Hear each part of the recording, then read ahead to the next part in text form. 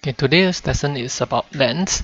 So you find that lenses are specially constructed glass blocks to bend light. So it actually utilizes refraction, and as you can see from a picture, the purpose of the lens in this case is actually to converge all the light into a particular point over here. So the relevant readings is actually Physics Matter Unit 12.6 thin converging lens. So what are some of the learning points? The learning points is we'll be looking at how light behaves in lens, what are the type of lens that we'll be studying. We'll be actually defining what is the focal length of the lens, later we'll see, and we'll be teaching you how to draw the ray diagrams of the lens. In this activity, actually for my classes I already have given you the 3 triangle glass blocks. So if you have done what is required to complete the ray diagram, this would be what is happening.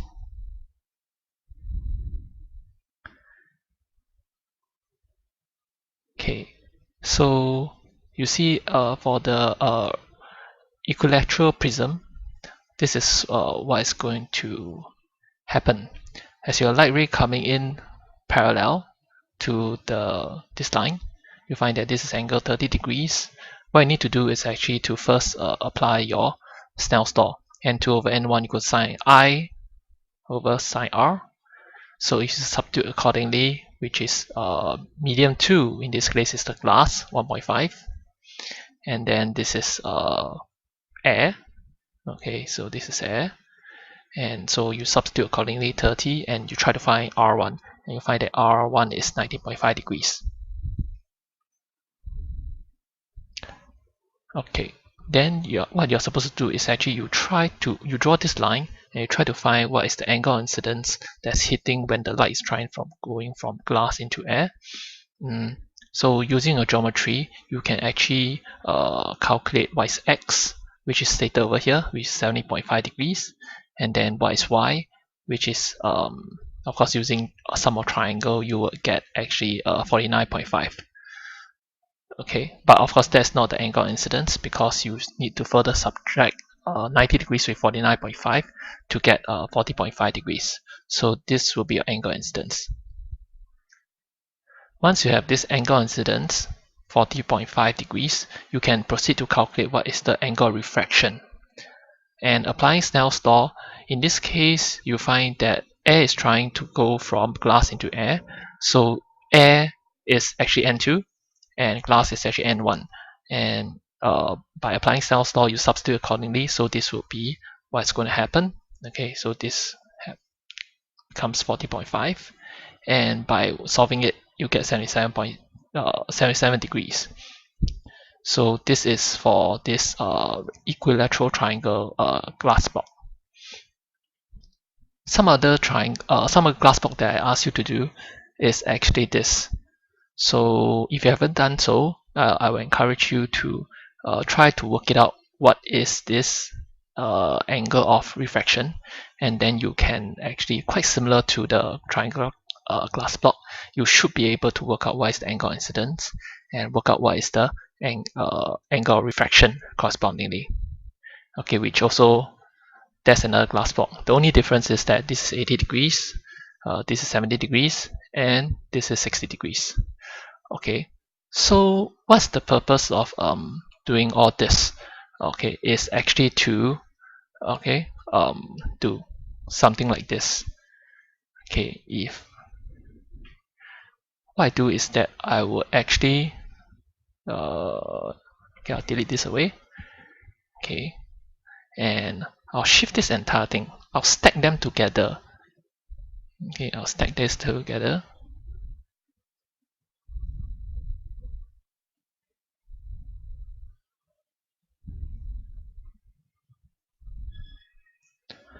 Okay.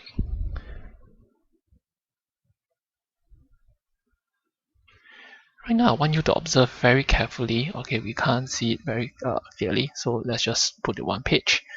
Okay, you find that this tree configuration or this glass prism that's stacked together is actually part of a lens.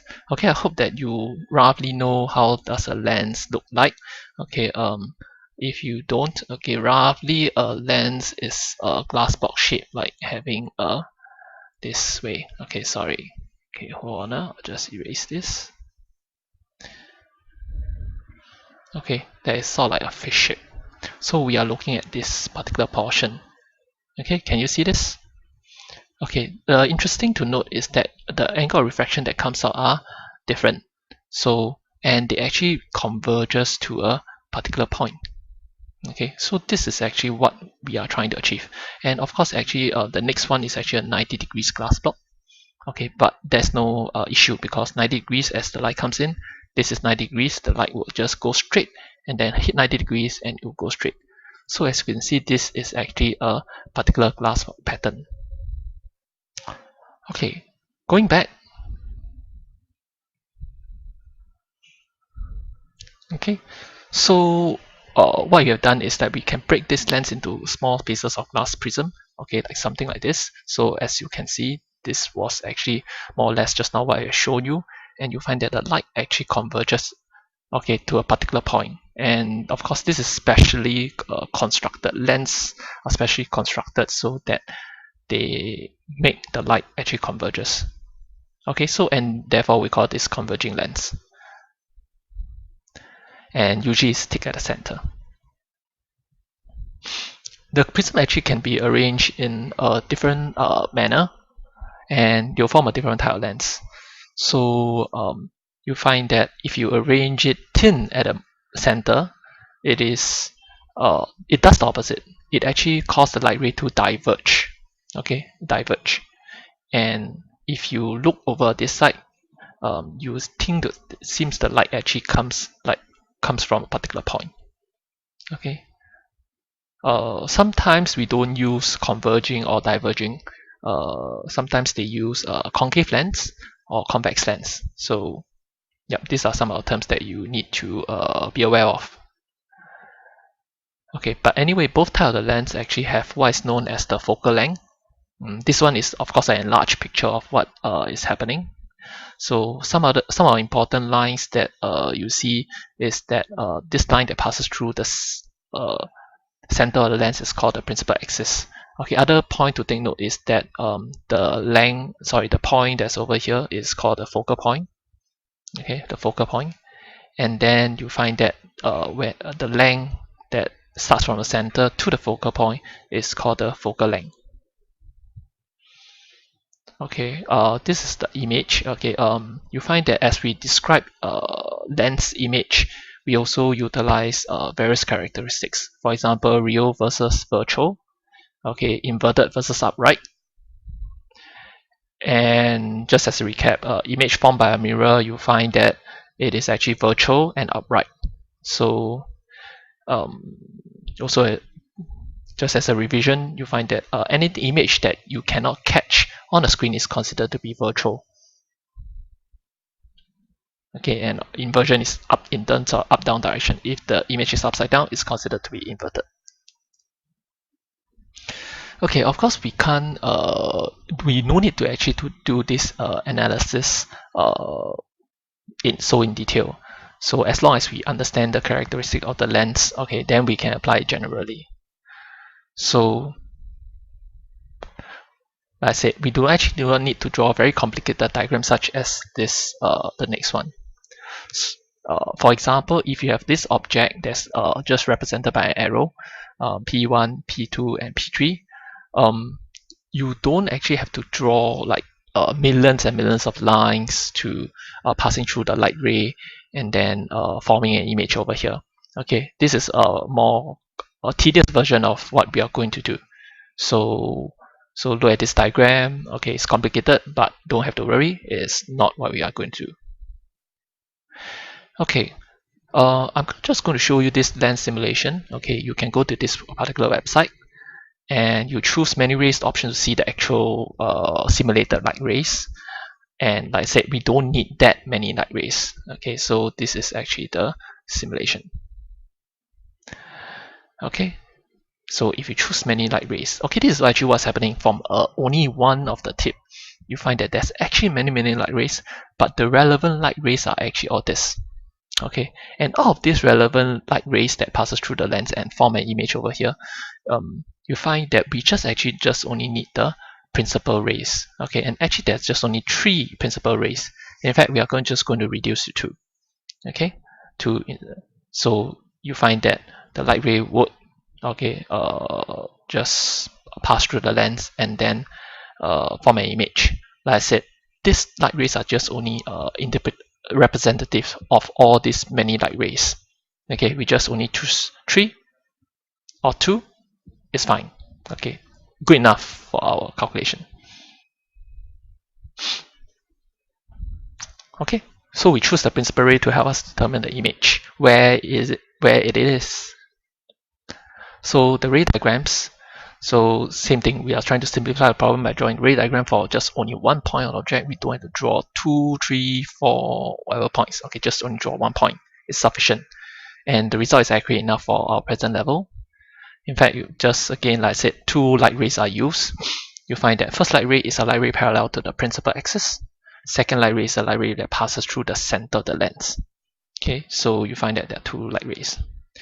So part of the ray diagram, again, everything is simplified. So first, you usually have a principal axis that passes through the center of the lens. And in fact, you don't even have to draw the lens. Okay, you just only have to use this to represent the lens. And as a lens, you find that, like I said, there's actually a focal point. Okay, so these are the focal point, and this is what we usually mark. Okay, so it's labeled by F. And usually an object, okay, you don't use your favorite teddy bear to draw the object too complicated. We'll just use an arrowhead, and we'll use the tip of the arrowhead as a representative, just like what you have seen in the simulation, okay, where the light ray actually comes out, but we just only choose 2 light rays to represent where the image will be formed over here. So remember the first light ray. Okay, so this is the object. The first light ray is a light ray. Okay, so this is a light ray. A light ray is parallel to the principal axis. Okay, if you have recalled, just now the glass prism, so any light ray that's actually parallel to this principal axis, it will actually go towards the focal point. Okay, so what I need to do as the light ray hits this lens, it will actually go towards the focal point, but it doesn't stop at focal point. Okay, and the light ray will still continue on. Okay, if you look very carefully, the first picture over here. Okay, you see the light ray actually goes through the focal point and then continue on. Light ray is parallel, continue on, and so on. Okay, let's move on.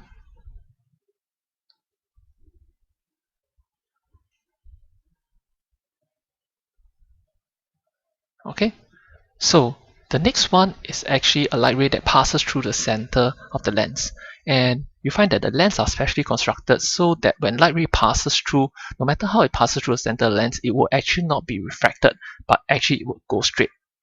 Okay, so we find that a light ray that passes through the center of the lens would just go straight and of course continue on. Okay, so where would the image be? Would be the point of intersection between the first light ray and the second light ray. So this intersection will actually form an image at this particular point. Okay, and this is where the image will be. We can actually draw the third light ray, but usually it's not necessary. The third light ray is a light ray that passes through the focal point of the other lens, and then due to the reversibility of light, you find that the light ray will actually go parallel. Okay, what do you mean by reversibility of light? Is that if a light ray that passes, that comes from here, it were to be parallel to the principal axis, it hits this lens, it will actually go towards the focal point. So that's when by reversibility of light.